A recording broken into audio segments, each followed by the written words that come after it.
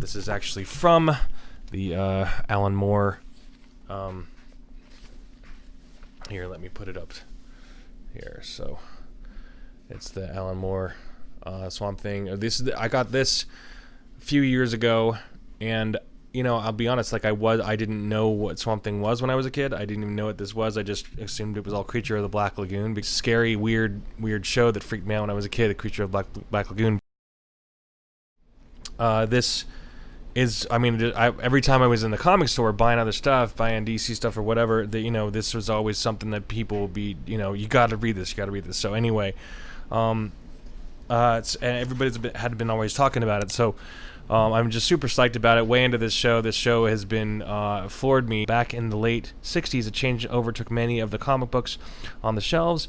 Even familiar series became harsher, more cutting, more willing to take on reality in ways that when the comics code was at its most suffocating would have been unthinkable. Some of the loudest applause was mine still. When I look back now at some of the comics I praised, it seems to me that for all their seriousness about issues such as heroin addiction and racial intolerance, they weren't necessarily very well written, too shrilly and melodramatic, perhaps, or too given to dull Hollywoodish preaching in the dialogue, characters intoning lines that would be groaned off the screen in the movie. So, yeah, that's something that's and this was, I don't know when this was written, but interesting how that can become something so shallow, and that's something that, I remember in my early days in college taking a few art classes and just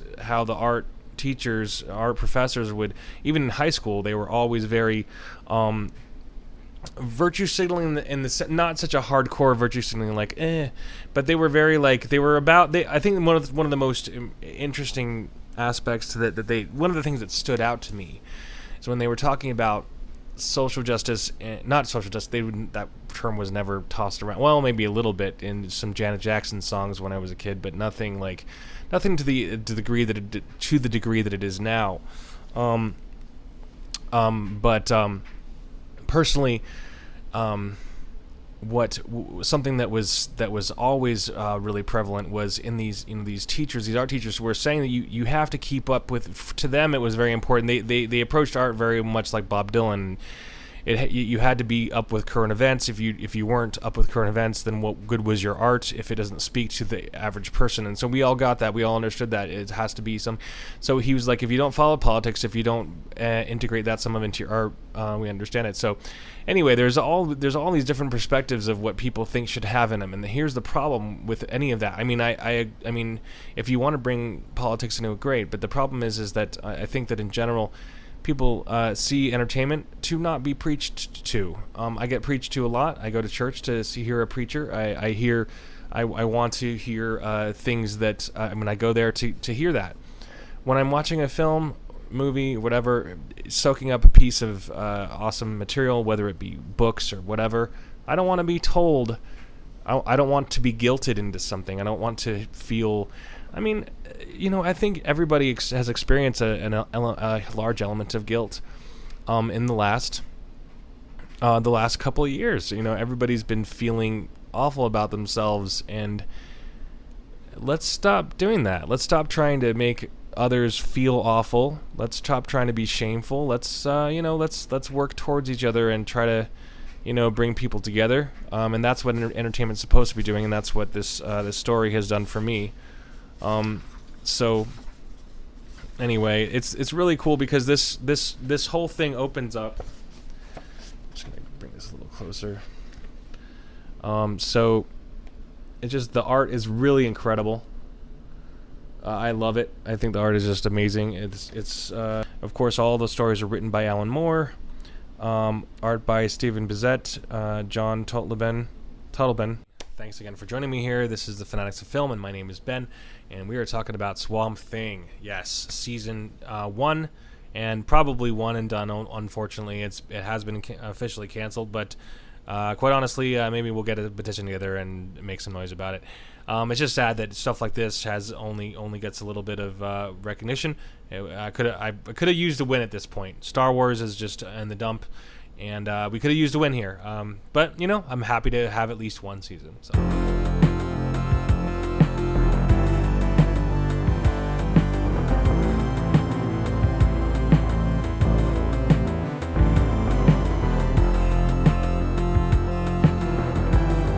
Here we go. This episode is incredible because it just hits the ground running. As Alec is realizing what he has become, he is met with the horror that he can't tear off the green sludge that has become his own skull. While he tries to tear his own DNA to pieces, we notice that he is joined with the young girl at the hospital, and he tears his own skull apart, and the girl tears her own IVs and can't leave, etc. So this part was really, really interesting because once again it's showing the unification, or the ever so destructive supernatural wavelength that this kind of crazy evil exists upon. It's just this bizarre thing that is able to travel at great lengths through the air, and there's there's definitely supernatural aspects to it. So these two things they have in common. That's an interesting moment because it's in direct relationship. That's something that gets repeated because they're talking about the two things that they had in common at the time, which was that they were kind of both there, but they were both there because of mistakes that they had done, things that they had done. So here, Alec had asked her if Ms. Sunderland was the reason she didn't come home much, and she expresses the reason she doesn't come home much is because of her own deed, and suddenly we realize they are both victims of circumstances that they might have been their own doing. She is hit with this while she is on the dock with Liz. So that's kind of an interesting, she's just kind of realizing there. Somehow the little girl can feel how much Alec feels through the wireless network, so somehow this girl has become someone who knows a lot, or at least she has become synonymous with the entity that is now the living swamp. So, something that here is very interesting. The dramatic build between Avery and Maria continues, and there is a need for resolution. And Maria Sunderland needs to claim that she was the only one suffering to Avery, and which is why she can only be more defined by the loss, just echoing the fact that she can now be more defined by her own losses and her own victimhood, and by her suffering, which is why she will only be more defined by the loss, and she is still clinging on to, so that let's see. So Maria continues to claim that she was the only one suffering, which is why she will be the only more defined by the loss that she is still clinging to, so that she can claim victimhood. Avery exclaims that he has lost Shauna too, and so we have seen Shauna kind of jumping in and out of this, being kind of this unearthed supernatural entity that has jumped into the story and is now making people feel more guilty